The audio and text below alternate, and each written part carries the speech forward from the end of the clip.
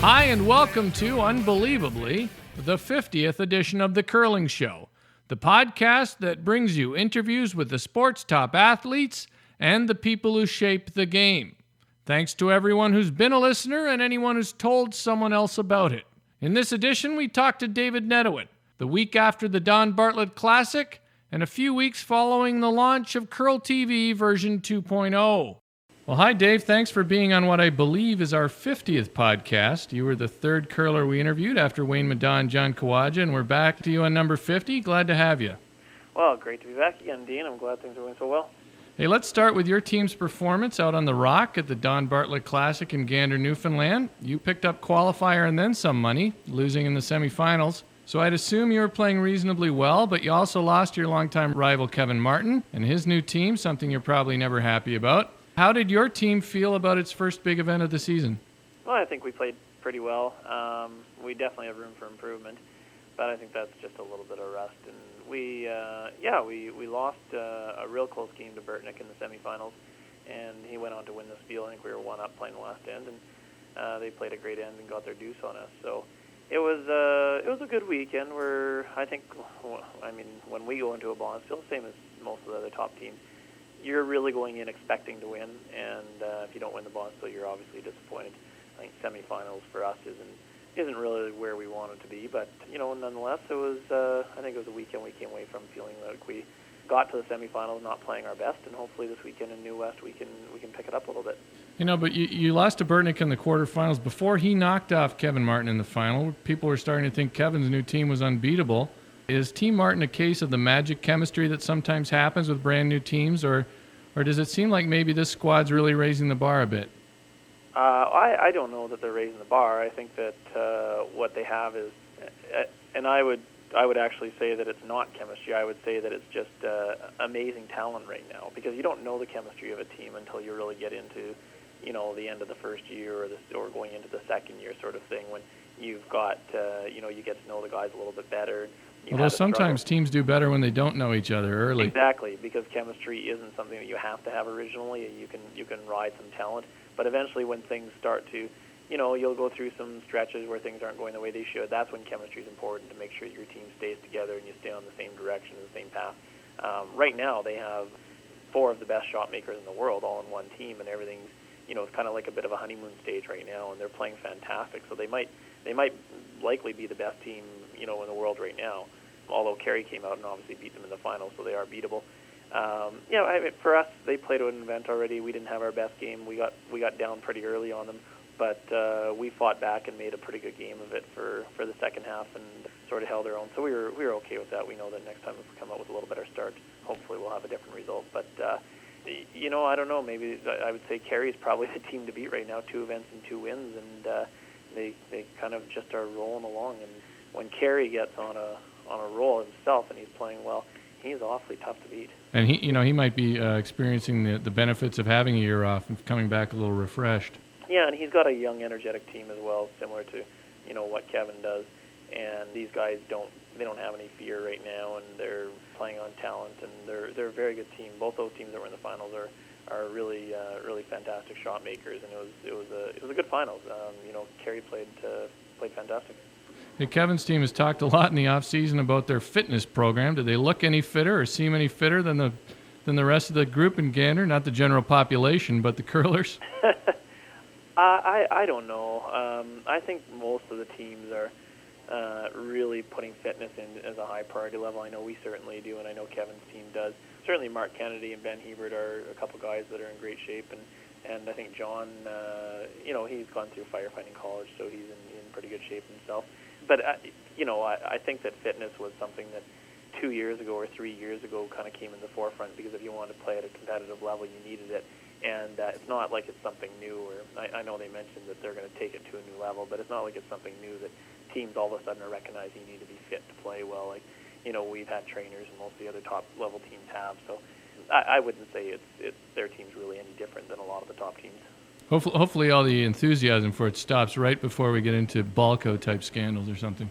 Yeah, well, I don't know that that'll happen. But no, I don't think so either, fortunately.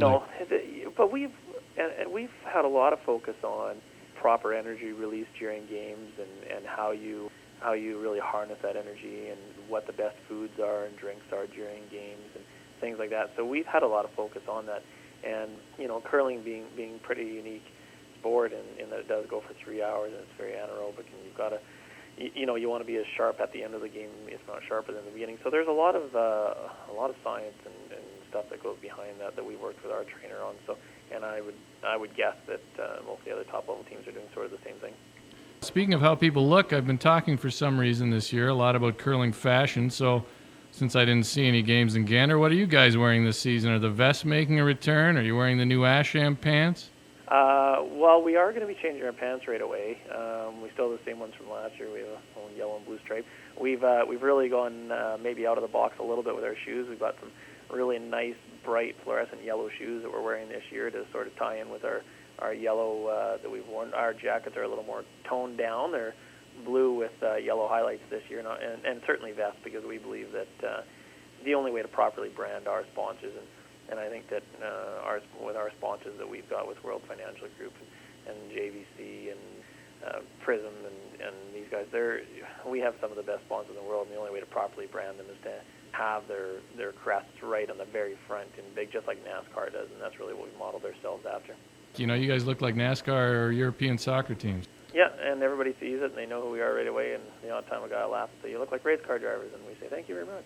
Hey, let's move on to the business side of your curling activities, and specifically CurlTV. If I was a venture capitalist, and gosh knows I really wish that I was, what grade would I give to year one of CurlTV? What grade would you give? Well, I think that it met our expectations, so I guess on that scale, we met our goals. We knew that it was kind of a 2-year project where we're anticipating the real turnaround to be this year. We kind of had a soft launch last year and sort of stayed on budget and did what we anticipated. Now, with the launch of version 2.0, we've had some great results in the first week, and everything's rebuilt with new site and new process. We've got a 23-foot mobile trailer that goes around to the events now that we broadcast right from, and a whole bunch of new features on the site. So based on the response we had last week in Vernon and what we're seeing as far as people visiting our site, I'm very optimistic about where it's going to end up at the end of this year. Good news. I think the site does seem a lot easier to navigate this year. And give me your elevator pitch, though, to curling fans that convinces them to subscribe to CurlTV for the whole season. Well, I think that CurlTV is really the future of curling, in that traditional broadcast networks simply can't handle the amount of curling that there is out there. They just simply don't have the real estate to put it on. I mean, curling events are too long, and the games are too long that they can cover some of them, like the Grand Slams and the majors. But ultimately, the only way to be able to watch curling whenever you want is through some type of online or broadband network, and that's really what CurlTV is about. CurlTV is truly a full network this year.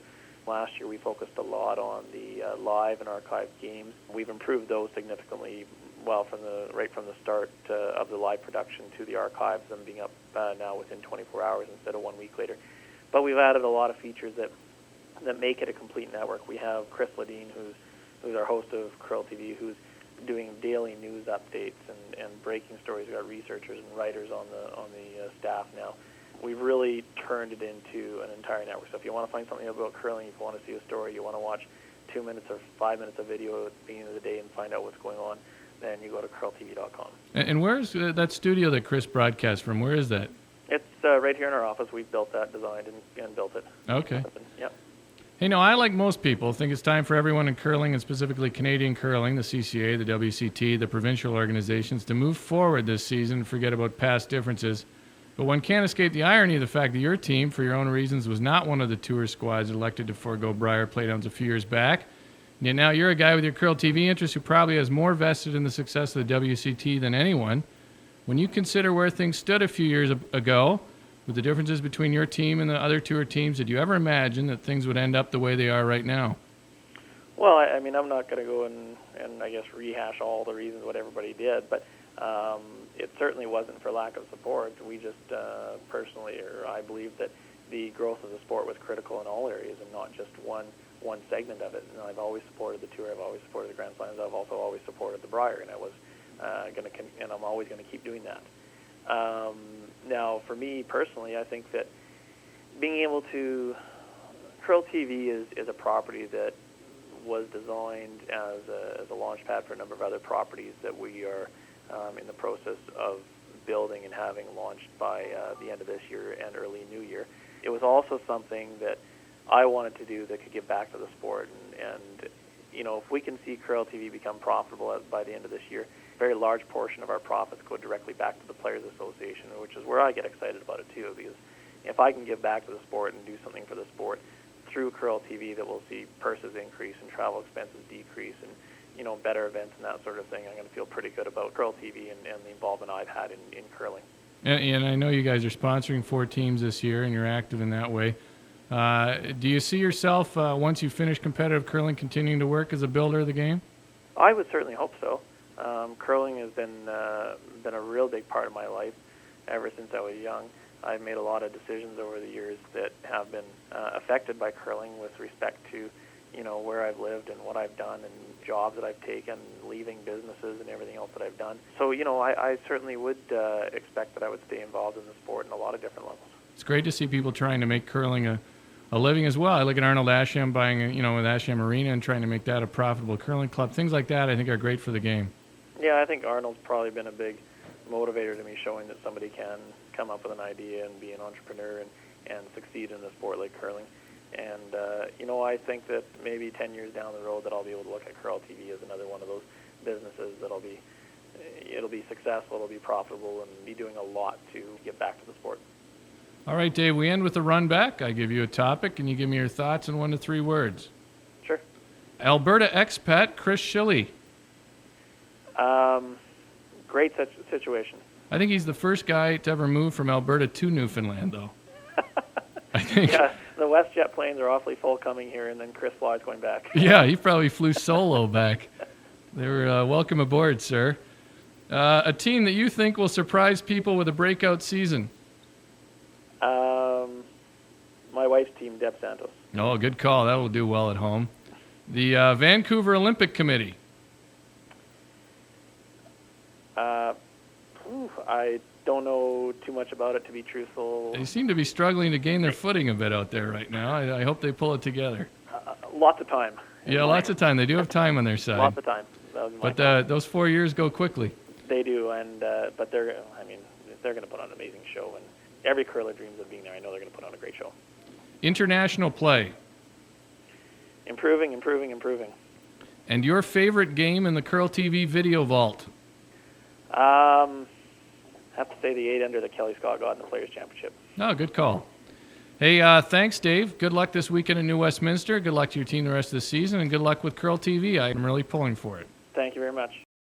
That's David Nedohin on The Curling Show. Just a quick reminder that if you're nutty enough about curling to subscribe to this podcast, you should also be ordering a Black Book of Curling at blackbookofcurling.com and subscribing to The Curling News at thecurlingnews.com. If you want information about advertising and sponsorship on this podcast, visit thecurlingshow.com. As always, thanks for listening.